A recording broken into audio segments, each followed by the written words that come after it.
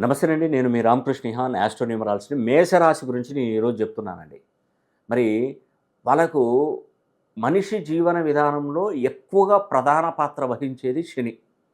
ఆ శని ఈ మార్చి 30, 2025 తారీఖున శని ఏళ్నాటి శనిగా 7.5 సంవత్సరాలు మేషరాశి వారికి కలగబోతుంది.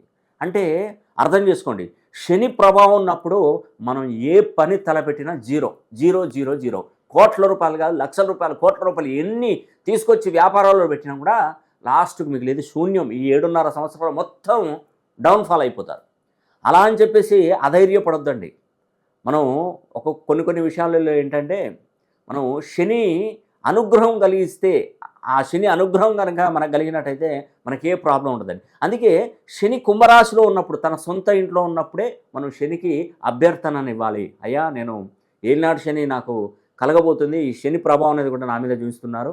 దయచేసి నేను మీ దగ్గరికొచ్చాను. నన్ను కొంచెం జాగ్రత్తగా మీరు మీ యొక్క ఆశీస్సులు మా మీద కురిపించాలని మనం అనుగ్రహం కోరాలి. అలా కోరాలంటే మనం ఖచ్చితంగా శని హోమం జరిపించాలి. మన పేరు గోత్రనామాల మీద ఒక్కసారి శని హోమం జరిపిస్తే 30 సంవత్సరాల దాకా మనకు శని అనుగ్రహం కురిపిస్తూనే ఉంటాడు. ఇప్పుడు కనుక మిస్ అయితే శని హోమం మళ్ళీ 30 సంవత్సరాల దాకా లేదండి ఇంకా. ఎందుకంటే శని కుంభరాశి నుండి వెళ్ళిపోతున్నాడు కదా.